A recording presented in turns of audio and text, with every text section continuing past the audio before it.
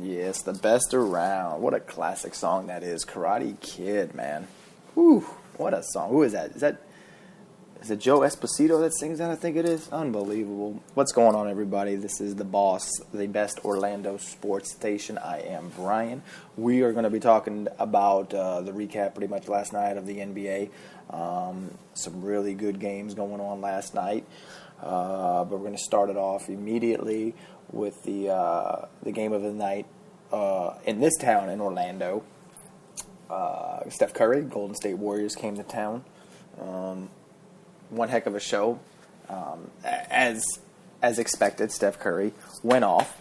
I believe he finished with 51 points last night, also breaking the three-point record. He hit a three in 128 consecutive games now, which is absolutely insane. Good for him. Orlando, to my surprise, I'll be honest, I really thought they were going to get blown out. They really kept it competitive for most of the game.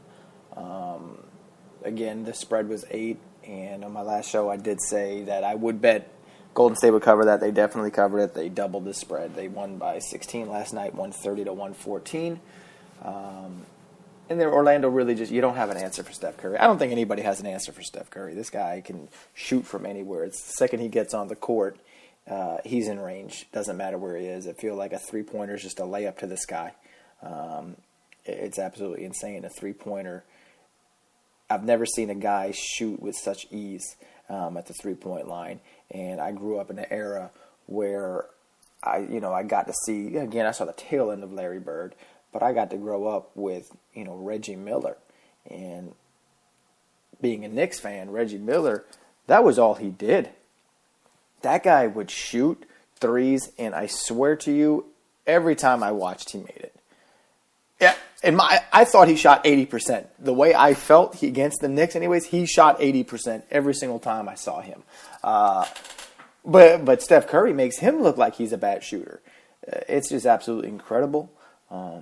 This guy, the guy's got it all. The guy can pass. The guy can shoot. He's a basketball guy, and it's very rare you get an actual complete package. And Steph Curry is definitely a complete package. 51 points. He's had 40 now, and I don't know how many games this season, but the guy, and he shoots the ball with absolute precision. Absolute precision. The guy shot 20 for 27 last night. 20 for 27. He was 10 for 15 from the three-point line. Are you kidding me? 10 for 15 from the... If Dwight Howard goes 10 for 15 from the free throw line, that's a phenomenal night. This guy goes 10 for 15 from the three-point line. Mind you, he went to the free throw line only once. Only once. I believe he finished with 7 rebounds, 8 assists. So the guy is... that's a little bit of everything. That is that's a box score filler-upper right there. Okay? Orlando, they just... Who's going to guard him? Who's going to guard him? Oladipo's fast. Peyton's fast. They're not going to guard him. Oladipo, he played 30 minutes or so. 5 for 16. You need more than that. You need to do better than that.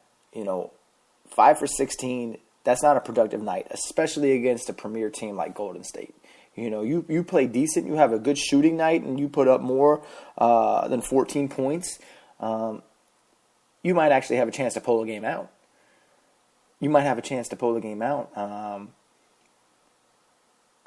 So they need more from guys like that, in my opinion. That's what they need. They need Oladipo to step it up and be an all-star. That's what they need. Orlando, they hung tight pretty much into the fourth quarter, and then Golden State just kind of ran away with it. So again, good game. Orlando, held it close again. I think Golden State, actually I think it was the third quarter, Golden State put up 40 in the third quarter, which, surprise, not really. Then followed by 31 in the fourth. So again, Orlando, they hung around, but it was just too much Golden State, too much Steph Curry. You let anybody score 51, that's signs of a bad night. Another game I was talking about was the Oklahoma-New Orleans game.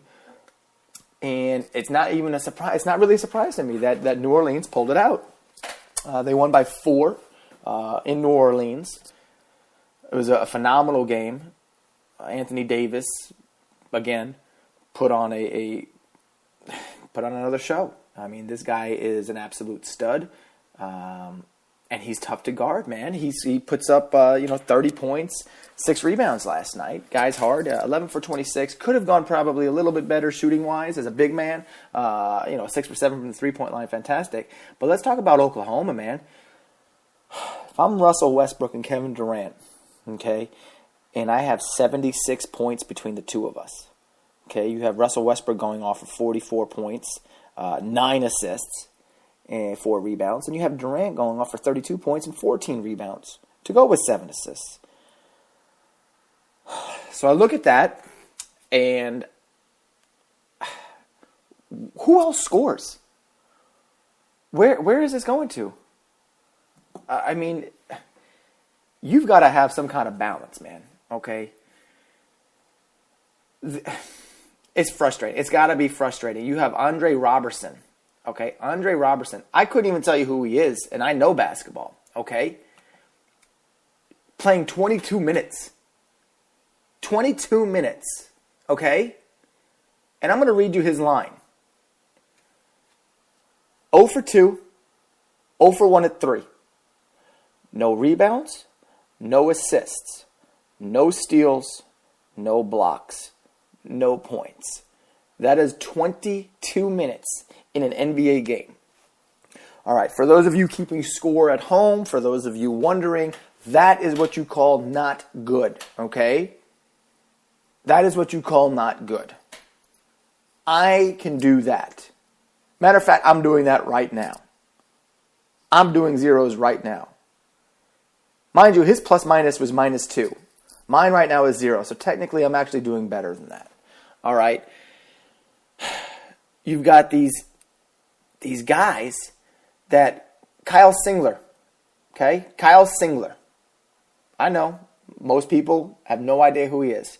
17 minutes, okay? 17 minutes. 2 rebounds, 1 turnover. No points. Okay. If I'm Kevin Durant, if I'm Russell Westbrook, am I not going to have a players-only meeting, and am I going to bitch these guys out? What would you do? What would you do? Okay, these guys are professional athletes. 15 to 20 minutes a game, and you don't have a point. A point. Not even a foul. You couldn't even foul somebody on purpose, probably. That just blows my mind. That just blows my mind. And on the flip side, Anthony Davis, 11 for 26, 30 points. We talked about that. He had some balanced scoring. He had some balanced scoring. Norris Cole had 20 last night for him. So they had some guys. There was just consistent scoring on with New Orleans. Consistent scoring. Drew Holiday 22. Off the bench, Ryan Anderson had 26. I mean, you had 26. Now that's a productive day. You're playing 25 minutes and you have 26 points. That's productive. Okay? Not 22 minutes, 0 points, 0 anything.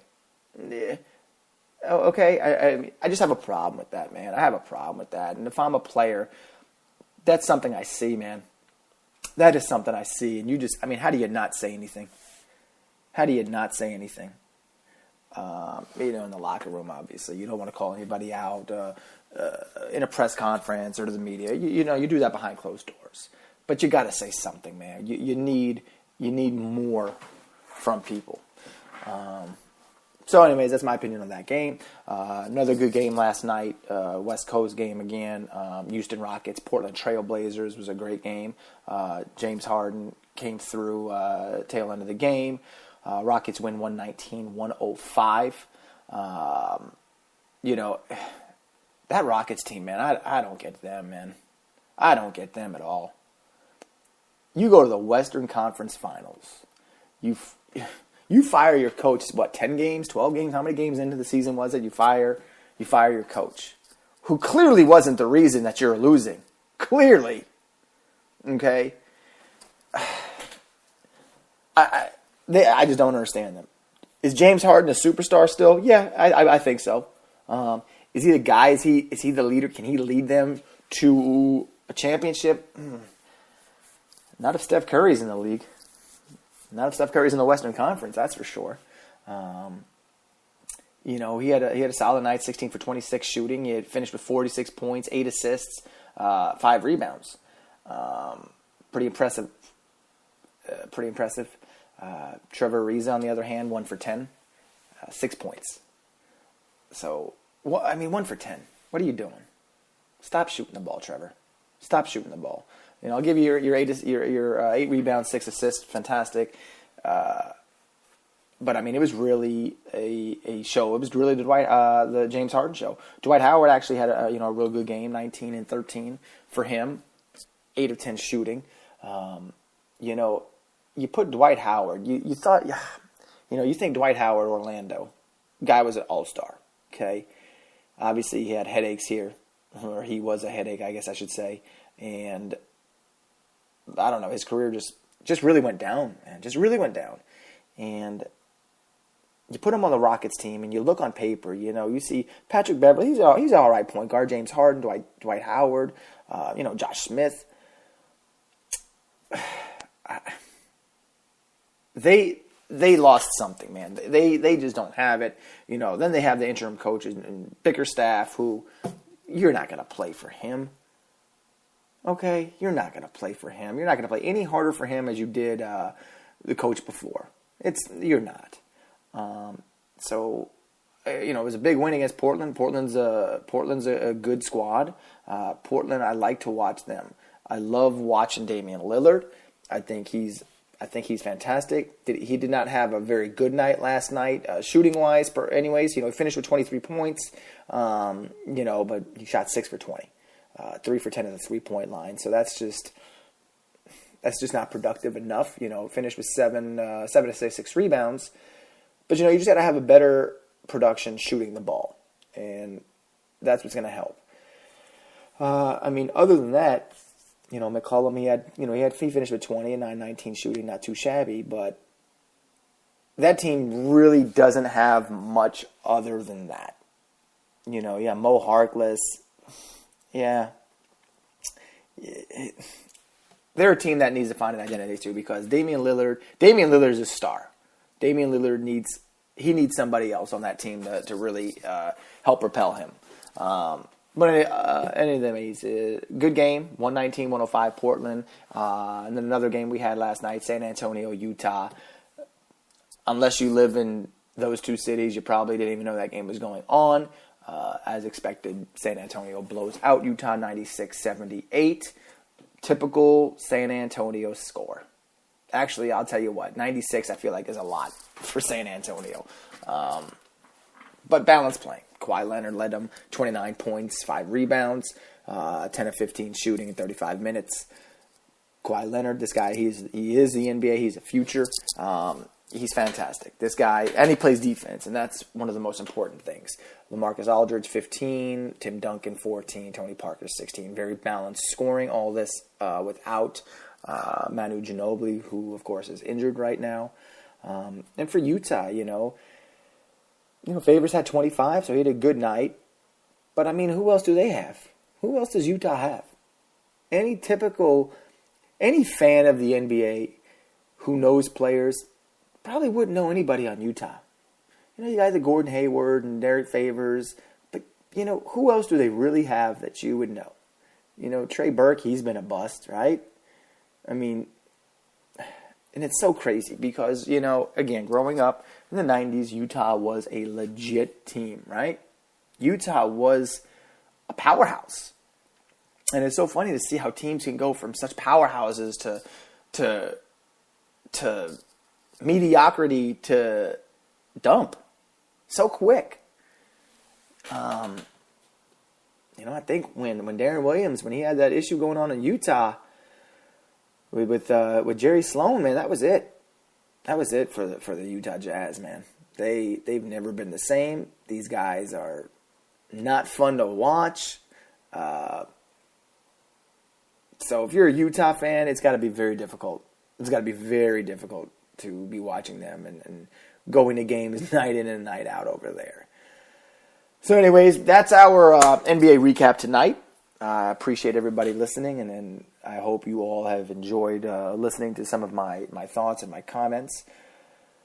Any questions, any comments, please feel free, leave a comment. We love to chat to people and get to know everybody, get to know all of our listeners. And I hope everybody has a wonderful afternoon tonight. Thanks, and God bless.